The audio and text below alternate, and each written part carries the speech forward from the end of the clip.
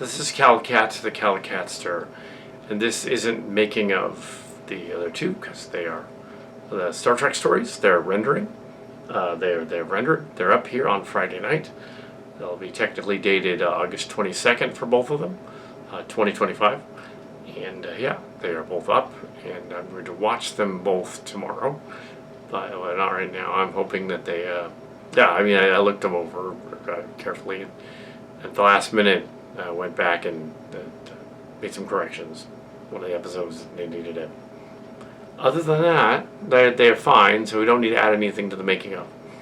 All the special effects, ship shots were done again. Just to do new ones, Silly Kelly, new ones. Also, then the figures were just stripped of their hideous Brady Bunch paint, and they came out looking like zombies again. I'm not sure what we're gonna do with that.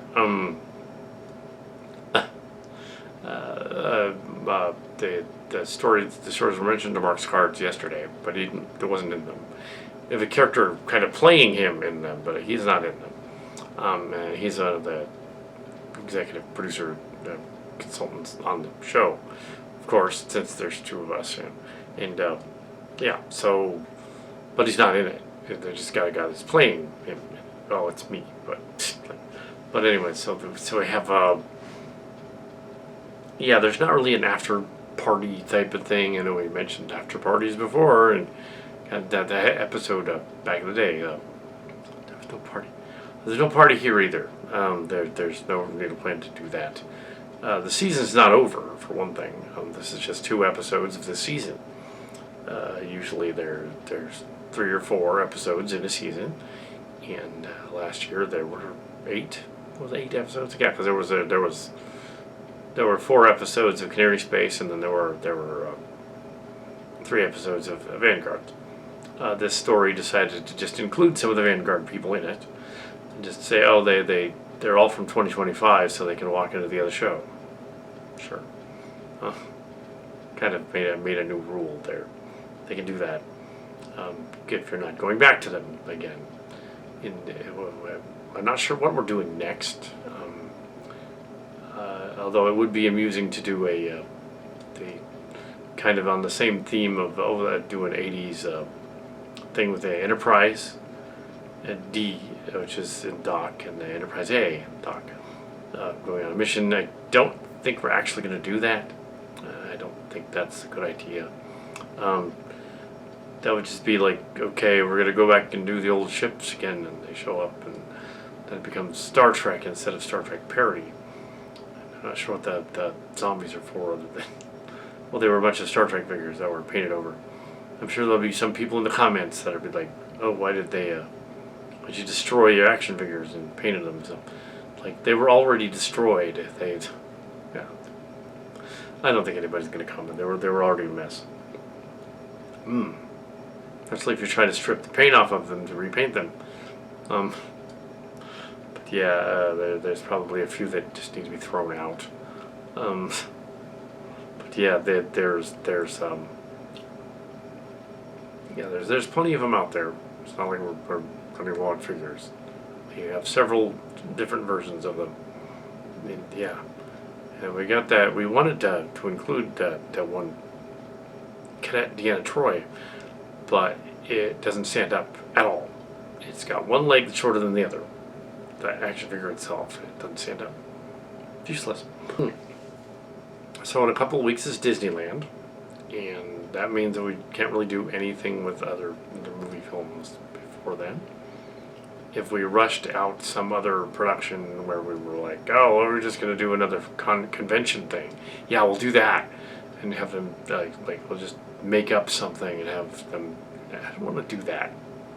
I want it to be grounded in some kind of story. And I'm not sure what is the next story. But we've only done 2 this year. So usually if there's 7 or 8, well, it's just 2. We'll see what the next couple of them are about. Yeah, I don't know. It doesn't have to be. That's not the rule, but, you know. That Carta thing in June, yeah, nobody's watching it. I don't know if that's any barometer, but nobody watched it. at all. They haven't learned it. I think that's kind of it. I don't really, other than that robots and stuff, but other than the action figures and stuff, I guess I could mention thoughts about the movies, but I think I'd rather watch them both first and then go, oh, okay, this is what I think of having watched them. Sort of a review of them. But yeah, they're up, and let's leave it at that for now. Yeah, they're great. They are similar. One is kind of the antithesis of the other. The first one, the crew is trapped in a Sarpedon spaceship incident thing, and it's trying to destroy them. And in the sequel, they deliberately inspire this other ship in the Malkosian universe to imitate a certain show, the Brady Bunch, and then they trap them there. So that's not really as threatening. It's more like, oh, they're having fun, spaceship. But yeah, they stuff's retcons and all that. Yeah. Anyway, so yeah, and we get to see the Fellowship crew, the former Fellowship crew, that are on the Esteban. Two stories, including Vod Duick, the new character, who is essentially Kimchi but repainted. But yeah, wouldn't really be Kimchi in the story. It's not supposed to be. So there's a couple of Starcracker people that have been written into other people in here. And some Canary distant cousins people as well, who have also been changed into other people. And the Board Crusher is now someone else. And that's fine. So, yeah. And no, we're not going to do the idea that Mark's Cards had, but I'll mention it because we're not going to do it. Which was, we should have Christopher Pike have a wheelchair race with Bobby Brady from the 1990s remake. No, we're not going to have any more Brady people, so that's not going to happen. That'd be silly. Also because it's kind of funny, but also this story takes place before the 1990 Brady Bunch remake, when that was retconned later out of there anyway, because that was dumb. They decided in the 90s all the Bradys had to be angsty, and let's make Bobby Brady in a wheelchair for some reason, even though it makes no sense. He wasn't before and he wasn't again. The other sequels and remakes, he wasn't. They just forgot. They said, no, he's alright now. Okay. There was no consistency. Yeah. They should have never done the 90s version of it. I was like, let's just have it be angsty. No, my version of it is a fun reunion story, reboot thing. This is Calicat the Calicatster. Woo, spooky mood lighting. Yes, so I wrote out an outline for the mashup film, laughing at the idea of having stripped most of the paint off the Star Trek zombies and they've gone back to being zombies. So I thought, why don't I just write a story with the Star Trek zombies in it? So that's what I'm going to do for the next one. For Disneyland, completely improv zombie one, featuring some of our heroes from the crew, but mainly it's about Star Trek zombies. And it ties up some loose ends and makes fun of stuff we've been talking about in behind the scenes, but didn't make it into the story. So I thought, well, let's just put it in there. Put everything in there. Kind of tie up some loose ends. And so that's what we're going to do. And that's all I'm going to say about this. It's going to be a Star Trek zombie. The other two episodes were directed by Miriam Kim, MC Kim. And this one is directed by Morton Roadkill Tucker, the voice of Megatron from Transtech. Yes, which is a spoof on Jim Bufkin, that friend from I've seen since 2017. I don't know where he is, and on Megatron from Transformers. But he's going to be directing this one. And yeah, it's zombies, Kirk zombies and all that. Because Mark's Card's idea of the other stuff and sort of the bloodworms and the pathogens and the ships and all that and stuff. The TMS, Marshall Sporty's story idea, and alternate timelines and things. Would be funny if we did something where we just basically threw everything at the wall, see if it sticks again. But this time, it's not Q killing them all or anything. It's just, yeah, it's just them messing. It's just messing with the timeline. So that's, yeah. There's not much behind the scenes. That's what it is. It will homage something that's been kicked around since the beginning of the show. It'll be kicking on the Myrna Colbreth books, The Fate of the Phoenix and the Price of the Phoenix, and the Star Trek Picard episode, Hitting at the Phoenix, the Kirk's body in the Phoenix thing, Section 31. They weren't going to do anything with that. They just threw it in there because as an Easter egg. Well, I'm going to do something with that. I'm going to explain why there's all these Kirk doubles around. And why there's also Picard and Next Generation doubles around. And tying it into the establishing this is a different timeline in this series. And this would be the 3rd episode, and it would be the 13th episode of Legacy altogether. So I thought it'd be funny to do that, like an early Halloween episode, even though it's August. Yes, we'll see if YouTube doesn't like fake plastic zombie people. It shouldn't care because they're plastic. They're not actually, figurines.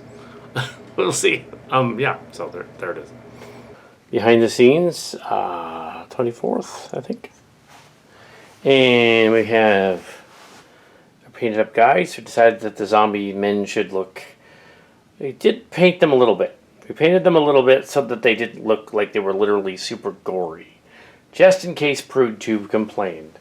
There are way too many guys in each of these scene setups. We can't possibly film them all. It would be 4 hours long. It would be stupid. But we're just going to make a lot of footage and stick it together and knit it together. So what we do have is footage for this other scene over here, introducing these 3 new cadets. And of course, reintroducing the crew. And we're going to do that and then see what happens. This is entirely improv. And this is the first night of filming. It's kind of the teaser. Kind of sets up things. Let's do this. Anyway, so here we are on the set. And this is it for the night. We started with the early night shoot here. Just to get things squared away. Appears that I'm trying to remember what the other ship was. The Elgin was the first one from the Brady Bunch episode. There's a previous one. We didn't watch the 2 movies. Probably should have. After we put them together. Or I put them together. But I'm sure they're great. I mean, we went over them, the whole thing. They're not going to be in here. But probably should have. The other ship was them going to... the Melkoshians were messing them with them doing the Brady Bunch thing in the last one. So the one before that was the A to Z people. Sarped and Nebula. So this is not really them because they really didn't do much there. It was mainly the pulling up the parties that they had on the planet using the loom. It ties into that episode in that the looms show up in this one. But other than that, there's no virus on the planet in that one. It's in this one. And McCoy, that McCoy scene was great. Oh, he's like, yeah, turn it, Section 31. Sort of rambling on, because he would, because it's McCoy. And 2297. Shortly after the Enterprise B. and it's the McCoy, the old man McCoy, but not quite old, not super old. Right after, Star Trek 6. And then Star Trek Generations. Definitely what he would be. 78 years. Yeah, before 2370. But yeah, here it's they're looking at an old recording. And they know about the Zeldanian Nintendosters from later stories. So is that inconsistent with this timeline? No, it's not. Because she looks it up in the database in the other stories, in the other timeline. Figures it out. So it's not, I'm not traipsing on my own canon. Because that's where she finds it. Now they've changed some of the cadet people's ranks again. Like sort of a lower decks academy thing. Next one. Introduced some newer ones. There for the purposes of a possible 5th story. But that's not with this group. That's with the next one. And there's no next one yet. We'll see after that's a Disneyland trip. I'm sure Cal Cat and Mark's Cars will come up with a bunch of cool ideas for the rest of the season. Yeah, because we do have scripts from other stories we can use for other story episodes. But I don't know how, other than completely rewriting one of them to fit, they would work. And yeah, we did kind of turn Clark into Jessica Wood's character. So he's been turned into that. So we brought back some of our characters through the 2025 portal from the distant future to be in the universe. Whereas if Henderson had just stayed in 2388, they probably could have cured him immediately. But he didn't think of that. So he has Zildanian Nintendo Switch on the planet. And they have something else. They'd be quarantined.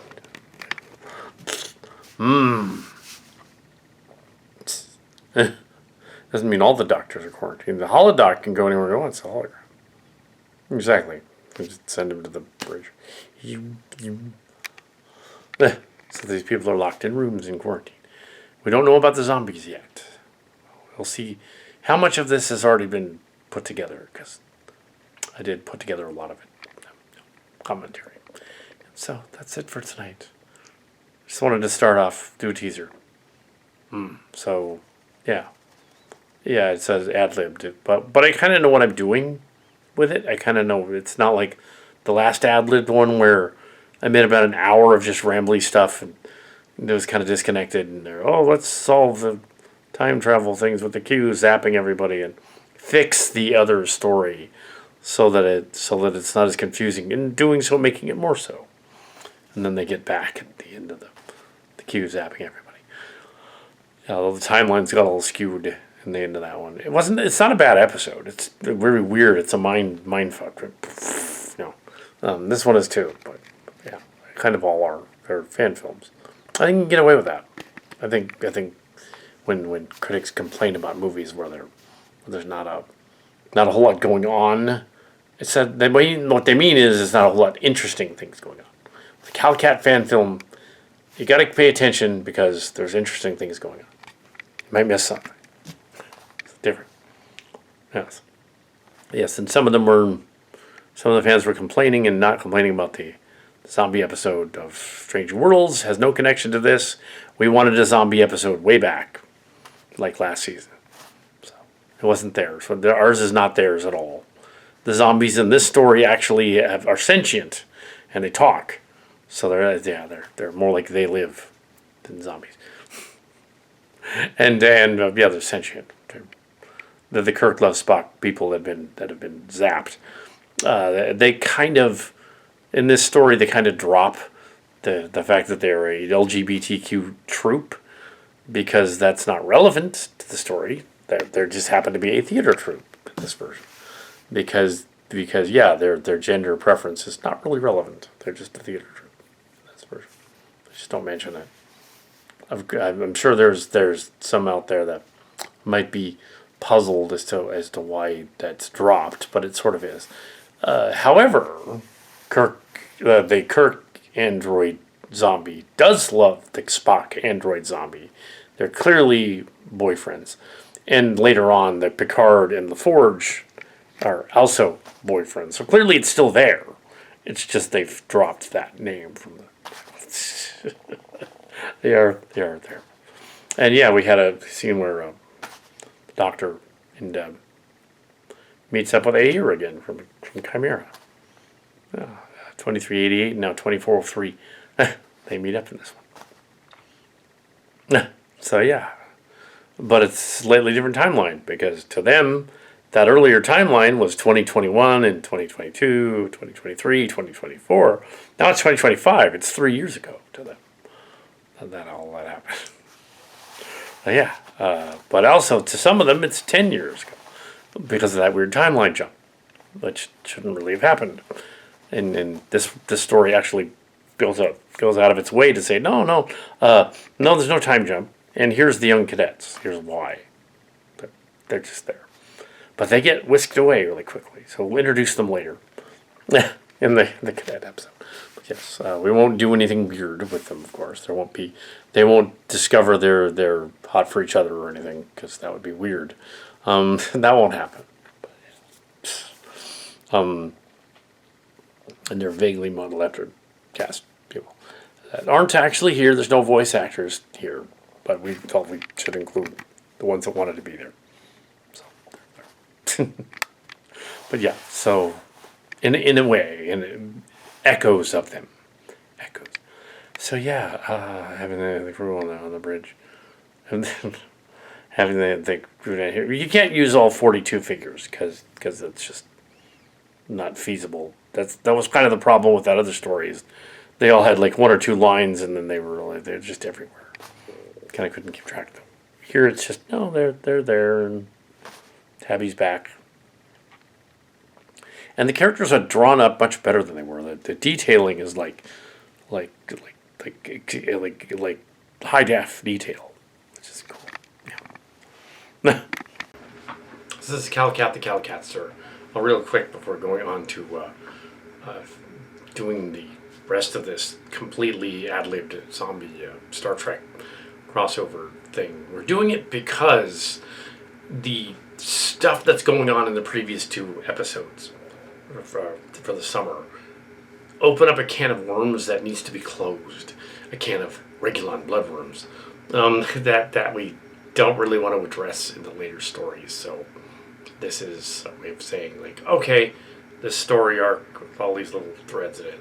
Mystery box. Ooh, we're going to like close that. Mystery box. Also, this is just a real brief.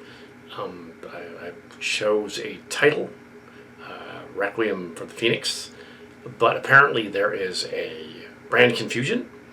That title is already taken by a romance book series. And although it'd be funny if we were referencing that, we're not. We don't want to be associated with it. It would be like calling it like spoofing 50 Shades of Grey or spoofing Twilight or something. And we don't want to do that. We don't want it to be associated with that kind of a shipping story. We want it to be associated with something other than that. Even though this other thing is not that. It's some other romance thing. It's not related. So we have to change the title to something else and then continue with the production because, we want to have Phoenix in the title, though, because it's reference to the Phoenix Project, the Kirk thing, which was really just a gag that Terry Matalas threw in Picard Season 3 when he showed like an x-ray of Kirk's skeleton, top of Kirk's skeleton. And I don't think they had any attempt. They were just referencing the Shatnerverse books, as well as which were Garfield and Judith Reed Stevens who wrote those. A little bit of William Shatner. He put his name all over it, but it was Garth and Judith Reed, and also the earlier Bantam book versions, the Myrna Holbrith books, which also sort of did that too. The Phoenix saga. It goes back to that. So if they're thinking the current one, the comic books are later on in the 80s. No, this is the 70s one. Ours is more of a reference to that one from the 70s, the Bantam books. But there's a little bit of the Shatnerverse. So yeah, I also want to change any other bylines.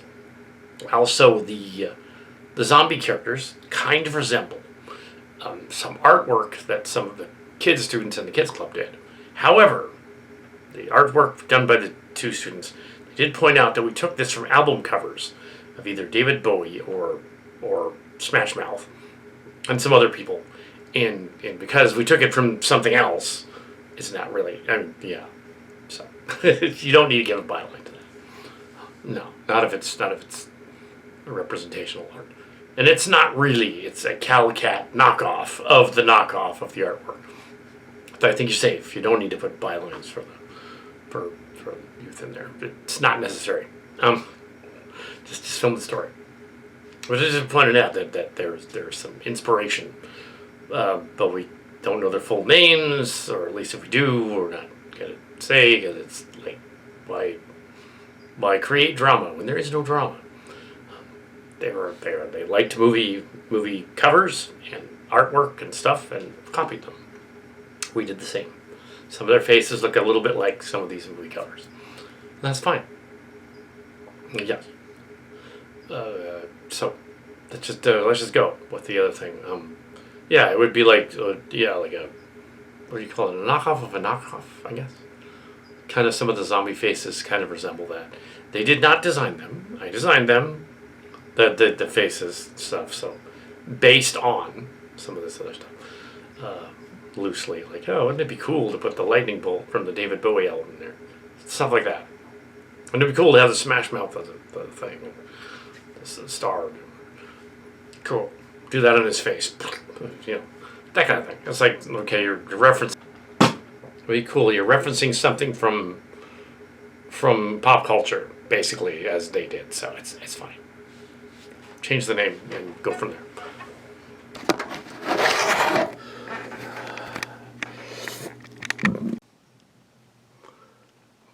Testing the memory card, and we are rolling. And this is doing the last act of it, I guess, the thing here. Yeah. Checking this. So yeah, this is Calicat the Calicaster. You're watching a making of.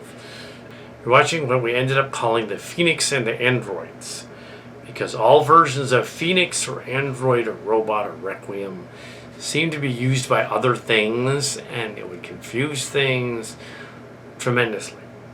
It turns out also that the zombies that kind of looked like artwork from some students, it didn't. Actually, on film, they really kind of don't. So no, they're just knockoffs. They're just zombie people. Not worried about it. The artwork is clearly reminiscent of the same album covers. So I do another episode before Disneyland.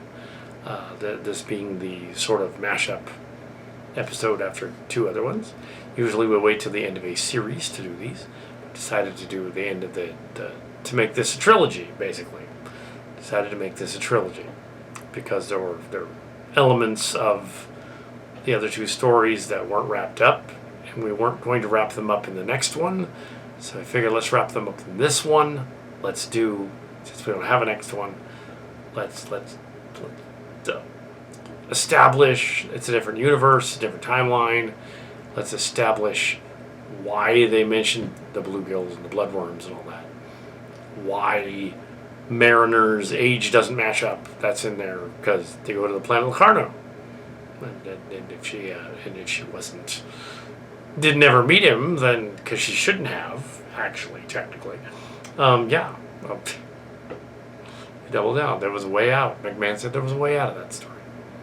If those of you that have fanfic that has Nick Locarno shipping fiction, like this Calicat guy, there's a way out because Mariner is too young to have been at the academy with Wesley Crusher. So she made it up. To her, it was real.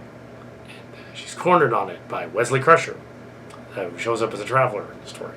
Just to say that. And Nick Locarno, who's also a traveler, shows up. And they're both like, you weren't at the academy with us. You were a little kid. You weren't there. Ha ha ha. Huh. So yeah. We're gonna stop the zombies that are attacking the ship. And the Esteban looks different because different enough because they attacked the bridge.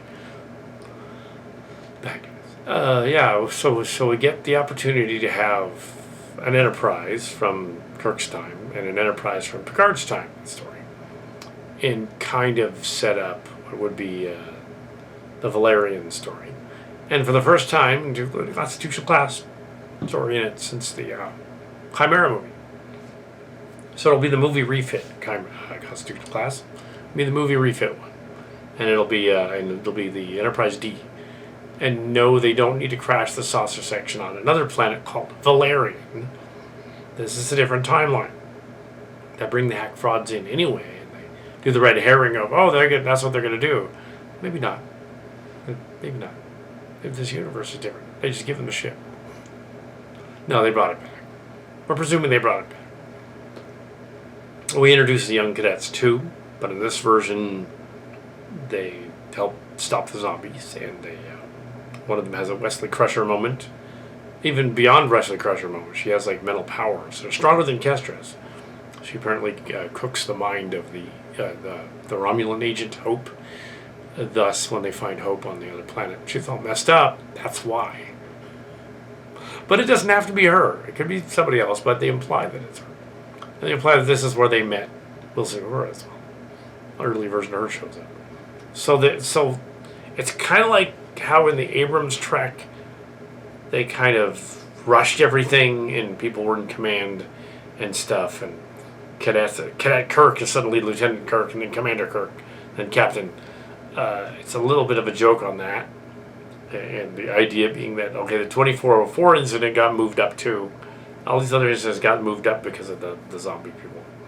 And also the cadet stuff as well. It's all changed. It's different. It's a different timeline. In that it's a different timeline in that they moved forward and it's a different timeline. And they didn't, don't worry about the minutia. It is a different timeline, but they can encounter the other timeline. And they keep encountering travelers from this timeline. And that's cool. I like that. So who knows what the next episodes will be about in 2403, and the season being the 2403 season. Yeah, so you're looking at a third installment. I've done the ad-libbed movie with an outline. Much better done than the other one that we did. Cillian's Assemble. But we shall see, I'll put it together and we'll see whether it actually is. I think it is. I think it actually is coherent and does its thing. It's clearly another episode of the series, so to speak. It goes out. I don't know how much of the other books and series, Starship Locations, we have a lot of other scripts that were already written for other stories we did. I'm not sure whether we can use them for this or not, or should. You could do the Transformers thing later on and include them. They're not Transformers, but like what we did for all Transformers Mush, you could use them as episodes, but you'd kind of have to use them as outlines because they won't really match up too well. They do allude to some of the space-time ice stuff, but it's a joke. They're not doing that necessarily. So this is Calicat the Calicatster having done the editing on and the final passes and release. This is ready for YouTube. Your Star Trek and Zombies third act in the trilogy series, whereas you're doing the darker middle chapter third instead of second. Usually in a trilogy, you do the darker middle chapter first, or in the middle, the second. But here you're doing it third, just to be subverting expectations. It's the darker final chapter of the story. Story arc wise, fixing the things. But it isn't so much a matter of fixing the continuity, because it is a fan film series. It doesn't matter where it's going in the Star Trek canon. They make fun of that constantly in the story, that it doesn't really matter because it's a fan film. That's funny. Your making of is short. I'm going to keep this short and pithy as well, because it doesn't need to be rambling on about stuff that already is part of the canon. When I thought of the LARPing troop idea, it was a little problematic to begin with, and when I stripped off the paint on the figures, anticipating not using them again, it made them look like zombies. So I reapplied some of the paint in anticipation of YouTube freaking out that plastic figures are melting. I don't think it's going to in this case. It's Y14. It's fine. As for commenting on some of the art kind of looking like lightning bolts from a David Bowie album, they don't, as it turns out, at all look like that. It's just a vague. It'd be funny. The type of thing. Having watched the full 93 minute thing, it's not 93 minutes. It was fun, enjoyable. Here's your Halloween episode. It's also this trilogy is really the 59th anniversary altogether, because it's all late August, going on to early September. The Calicat and Mark's cars will be taking off to Disneyland in just a few days. And this is the third in that other story. The only reason we did a third one was to wrap up that story arc with the other stuff. But also, it was a good idea. Yeah, that's something I had in mind to do something like this before Strange New Worlds did Klingon zombies on the Chimeric planet. We were going to do it already. We were already going to do that. It has nothing to do with them, but we do poke fun at them directly in these 3 movies by referencing that silly version of the Gorn they've put up there, which makes no sense that their life cycle's like that. And in my version, I fix it. I don't have to. This is fan film. I fix it. I say basically, okay, they aren't Gorn. They are Gorn that have been infected with the Regulon bloodworms. And those are the life cycle that's popping out and becoming an adult Gorn hybrid thing. It's just bloodworms. And so we see the life cycle of these Gorn things that are latched on to the Section 31 aliens in the story, the androidic bio-android things, and that they have reproduced.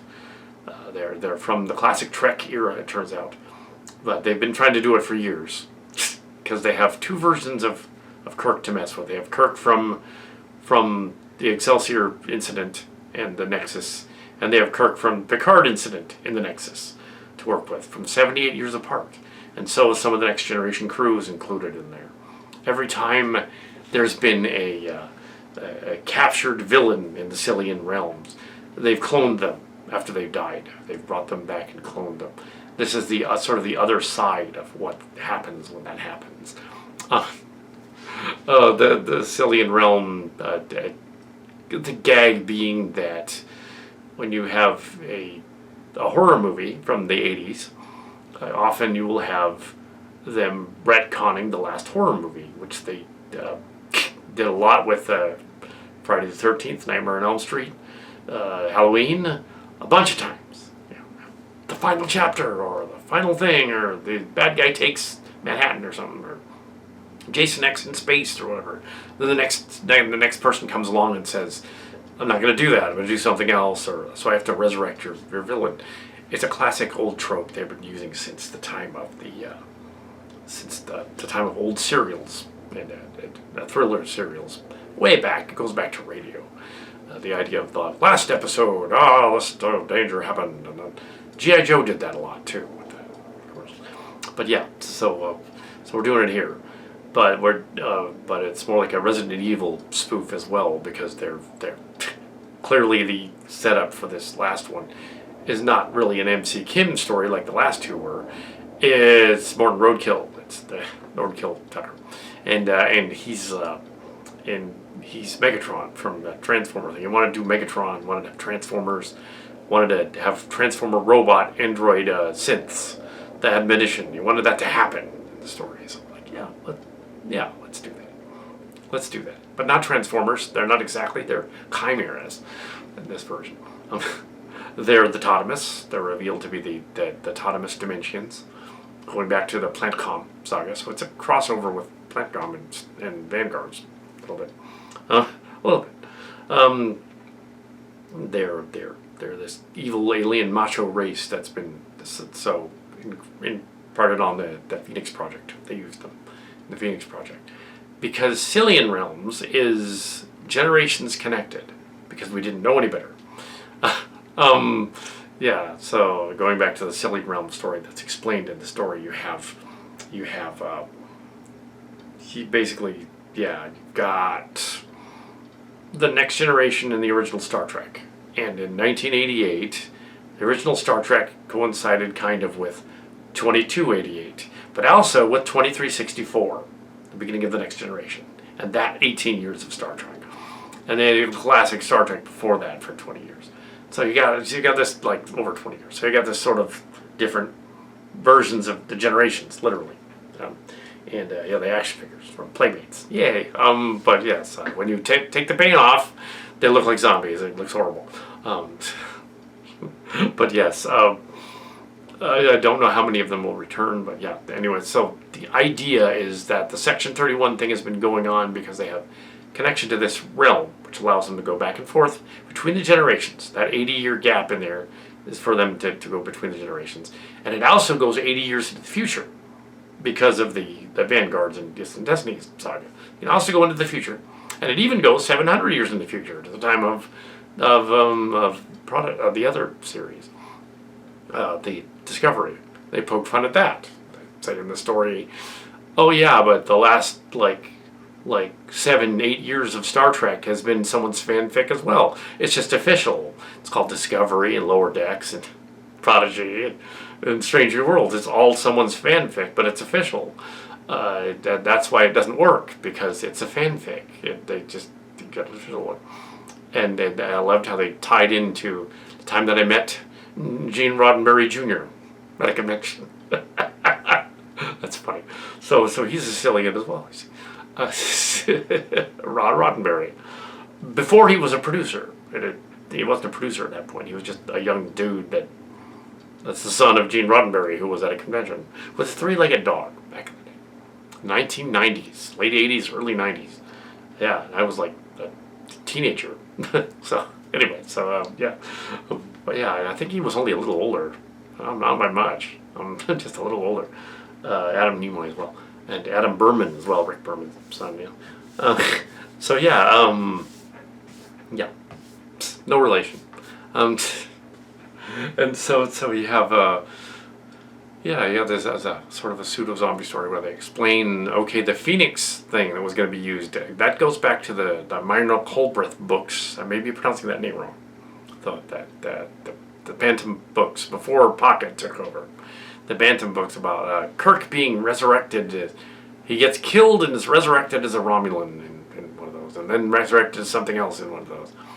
And he's the Phoenix. And then they reference that in the Terry Matalas Star Trek Picard thing as well, even though it doesn't make sense there, unless they were doing it the whole time. So I kind of fixed that for fan film purposes.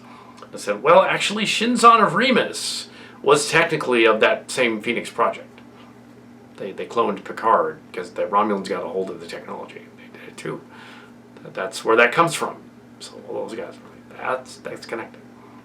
Tej can also be, his Golem can also be recreated because they can do that. Because there's a synth admonition going on.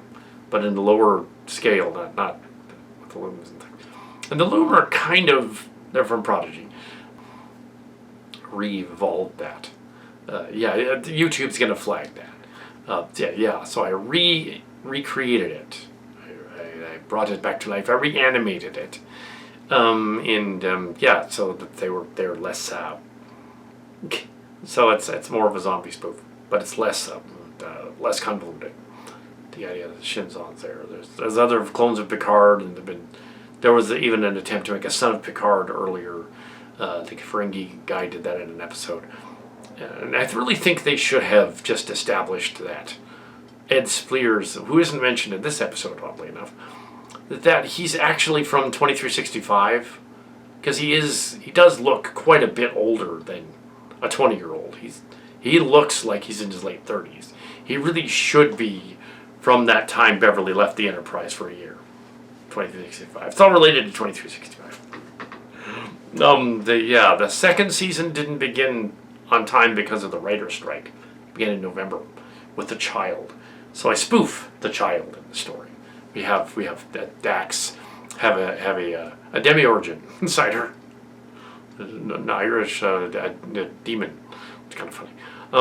Comes out of her, which is a spoof of Elsa the Demogorgon from Stranger Things, which I didn't see that particular. That was the second season. I didn't see the second season. It was hinted at in the first season. I didn't see the second season. I owned it, but then I gave it up. I owned a lot of DVDs, but I gave them up. So I don't have those as reference anymore. So they're all gone. Doing the fan film thing, referencing Mike McMahon's Way Out, which he referenced on one of his blogs. So he was aware of our stuff, and he was like, well, there's a way out of that, because Tawny Newson is 40-something, so you can just say she wasn't there. She made the whole thing up. There's no Planet Locarno. She's unreliable narrator. That's what I would call it. She said that she wasn't there. She couldn't have been. Yeah, you're right. She couldn't have been. She couldn't have been. She couldn't have been. In fact, it's even worse if you have her be the same age that the actress actually is, because she'd be way younger than 10. She wouldn't even be there at all. Yeah, if Will Wheaton is 54, which he is, Tawny Newson is 42.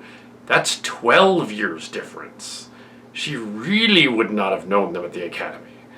She would have been a grade schooler at the Battle of Wolf 359. She wouldn't have had any record of that. No, she would have been, yeah, she wouldn't have known Cito Jackson and Wesley at all. At all. She would have known Alexander. Yeah, she would have known Alexander. She would have said, okay, here's Alexander, Klingon friend. She would have known Jeremy Astor. But yeah, who is that actor is now 42. So he would have been aware of those two guys. Yeah, he would have been a little older than Astor. She would have been a little, like, somewhere in between as a girl. If you put the timeline together, it makes sense. The Mariner character would not have known. Somebody should have pointed that out. Said, like, no. I mean, they even got Shannon Phil back. They got Robbie McNeil back, and he's actually too old to have still been in the Academy. He's in his early 60s. So, yeah. So if you just go back 30 years and just do the math, it doesn't make any sense. So Lower Decks could not have happened unless she was held back a lot or something, and they were a time travel. Well, there's also a third out there because she could say, I was a Cillian. She was a Cillian. She had Cillian powers given to her by the Q-like demigod that is the creator of Lower Decks, by Mr. McMahon.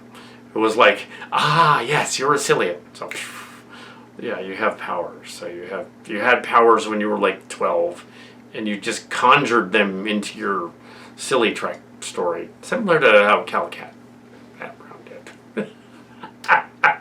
Okay, but yes, it didn't match up.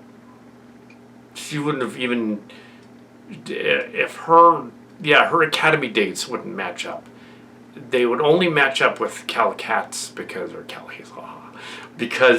I was in the Academy for like I was in college, in junior college for 9 years, for like a long time, for like 5 years. I was at San Jose State for 4 more for the last 2 years. It just took a long time. It was 9 years. So it was, if you add that up to compare it to Will Wheaton, because he's a year younger than me. Met him at the convention last year. He's a year younger than me. As it turns out, he's a year younger. I'm actually older than him. Yeah. You could have been at the Academy with us. But yeah, Tawny Newson couldn't have been. She would have been like, a little kid, hanging out with us. The Academy's got to work. Oh well. In their shipping fiction, it does, because make them older. But yes, like the cadets, the junior cadets. So but Tawny Newson's now a writer on the Academy story, which really should take place in the 2400s, not in the 32nd century. Nobody cares about it's too niche. It would be like if they gave me a story and said, okay, even Star Trek, and they said, okay, do Star Trek Legacy, but do your own with your own characters. Nobody would watch that. They would be like, who are these guys? Wouldn't make sense. Yeah. You'd have to introduce them. Give them a story. Give them a backstory. That's one thing I'm good at, is characters. Even in this little zombie thing, which was problematic as a zombie story because it had a lot of issues involving the breathy voice, because I didn't decide to do any retakes. Probably should have. Should have said, I should do retakes here. Some of this doesn't quite work. But I didn't. It ends up working, but it took longer to put together. It'll still be out on the 29th, tomorrow. But yeah. But yes, here in August. Yeah, so Tawny's character in the lineup.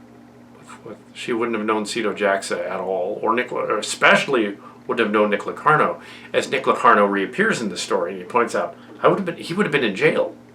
The Starfleet would have thrown him in jail, or he would have been at the Cardassian camp. He was captured. But the Cardassians also cloned him, and it also gives an out to the other story that they cloned him. So the clone gets out 2381 before he gets out. No, after he gets out. After he got out and it was rescued in 2376, he was rescued during the Dominion War. A clone of him was created while he was in the Romulan camp. He didn't know about it. This defective clone. The defective clone is the one encountered in Lower Decks. It's not him. It's his clone. Yeah, it's not him. So if you want to say that's canon, it's not him. It's a clone of him. It should say. So in Memory Alpha, it should say clone of Nick Locarno that was discovered on the planet, and it should say most of Lower Decks is apocrypha there, and say like, okay, alternate universe called Lower Decks, this happened, but it's a clone. So it should say that. No, they changed that. Go in there and change that. Yeah, because we really don't know, because she couldn't have met Cito Jackson and Wesley. She would have known Wesley as a kid on the ship, but she wouldn't have had any connection. It would have been equivalent to, an 18-year-old at the sports camp, like he's into the sports camp, and a 10 or 11-year-old like junior higher, a 6th grader. They wouldn't hang out. Why would a 6th grader hang out with a senior? That'd be weird. That wouldn't happen. They'd have 12th grader and a 13th grader and a 6th grader. Not gonna happen. There's too much of a gap there. What are they gonna do? She's gonna. So the scenario is that a Mariner shows up at the academy, like in the story, but they tell her to bug off because they're like, you're a little kid. Go back to your parents. Get away. Yeah, we're planning this covert Starburst thing. And yes, we don't want, and that's why she's like that during the series. It's not because she's, Mariner's, it's not necessarily because Mariner's friend Cito Jackson, or her idol Cito Jackson died. Incidentally, Cito was also a Cillian, always has been. And she knew she was going to come back. She should have known that. She's like a Q. She has powers. Shannon Phil has powers. She's a psychic being. Has powers. She's a Q or something. Also, yes, the Woods girls, the inspiration characters from this story, they're aware of this fan film series. They've become aware of the other two, and yeah. And one of them wonders when am I going to melt somebody's brain? So that's the next episode. I told her yesterday. Gonna melt the brain tomorrow. To melt somebody's brain. Next episode. So look that up and go like, oh, that's when I melted somebody's brain. Oh well, it's silly Trek. They'll come back somehow. They'll be all right. They'll wave a tricorder. Melt somebody's brain. However, I don't think the inspiration for the Dax would like that a demigorgon alien creature parasite. She gives birth to it. They beam it out of her.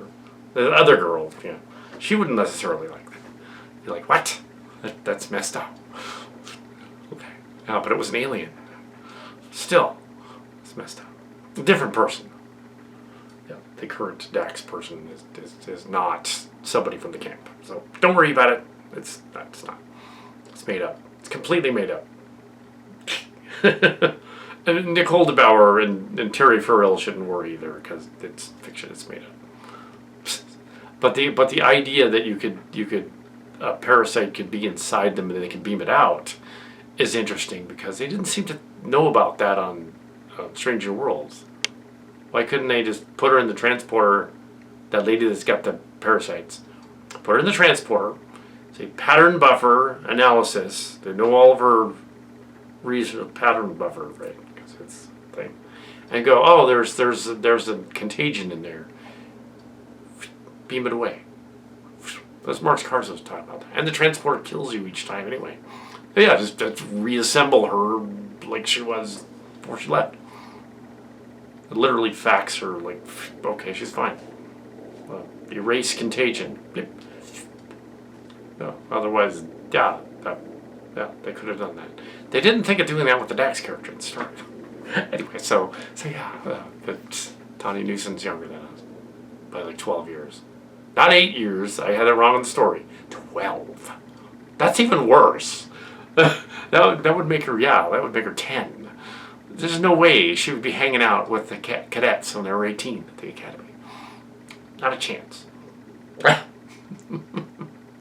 Not a chance. In the story, I aged her up a teeny bit to ever say she was 12. But actually she was 10. Well, that episode was like 2 years ago, so I just fudged the math. And Wesley was a little young to have entered the academy anyway. Yeah, so... And the Cedo Rumbly is in the story, but she doesn't help them. She could. She's a Q. She can just go... And I have no idea that person that inspired that, if she would like that. She probably... But my Dax character, you made it have a baby. What the hell? Ow. And then they beamed it out, because it was a fake, it was an alien baby. Well, that's good. No alien baby. We don't want that. Destroy the show if they had a baby.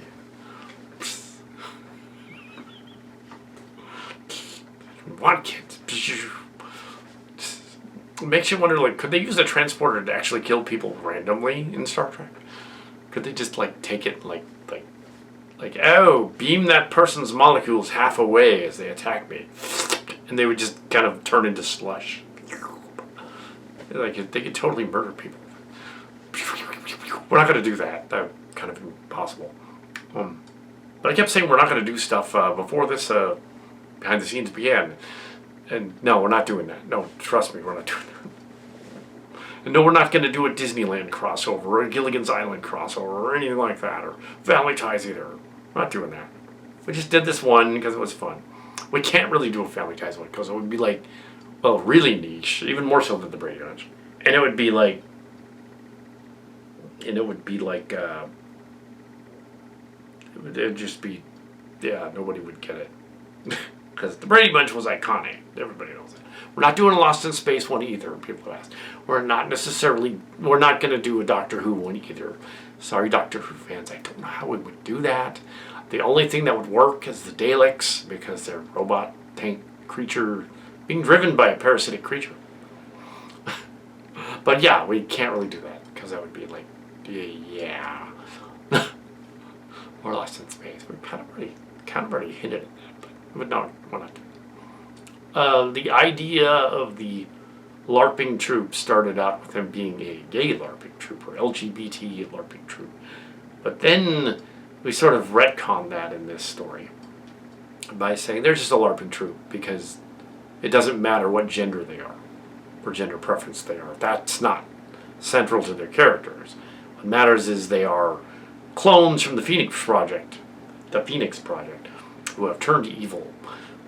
Yeah, it doesn't matter what they do. It just so happens they are Metro and they love each other. It has nothing to do with their gender preference, sexual preference at all. It's just that they are evil. There could be another group that comes out that's good, that does that too. It wouldn't have anything to do with that. It's the future. No, the zombies planned it that way. So they planted the story that Dr. McCoy in the story is like, oh, the Elgin is the plague ship. We put a buoy on it and whatever. And apparently they didn't look. they didn't look at that. That Zabulveda wasn't even supposed to be there. It came there later when Section 31 delivered it there. So that they could reinfest the ship with their, using the DNA on the ship. They had all those, probably all the alien eggs, and they had all the spores, parasites, and they also had a unlimited supply of DNA from people from that ship that had probably been killed to make them into other things using the transporter. And also, yes, the other thing. And yeah, that little known story about that Denise Crosby from the convention last year. She was gonna play Sela, and Sela was gonna return as a changeling. But they were like, but she's like, I don't want to do that. My character wouldn't do that. So they decided not to. They decided Amanda Plummer will play the character. sort of an Amanda Q come back to go after them instead. Yeah, they do it in Amanda Q coming back as a changeling, and instead of Sela, kind of made more sense actually. And we did our version of Amanda Q coming back. I think ours is more creative and interesting. But no, some of the Picard one worked, as long as she's a changeling and it's not really her. It's like a changeling disguised as her. Yeah, she can always come back as a Cillian. And it's cool that they had a Cillian in Terry Matalas' story. Just they needed to light it better. Which is why I've lit this like this. It's like spoofing. Anyway, so that is behind the scenes of the Phoenix and the Androids. Enjoy the early Halloween episode. That is our third and final chapter of this before the Star Trek anniversary thing.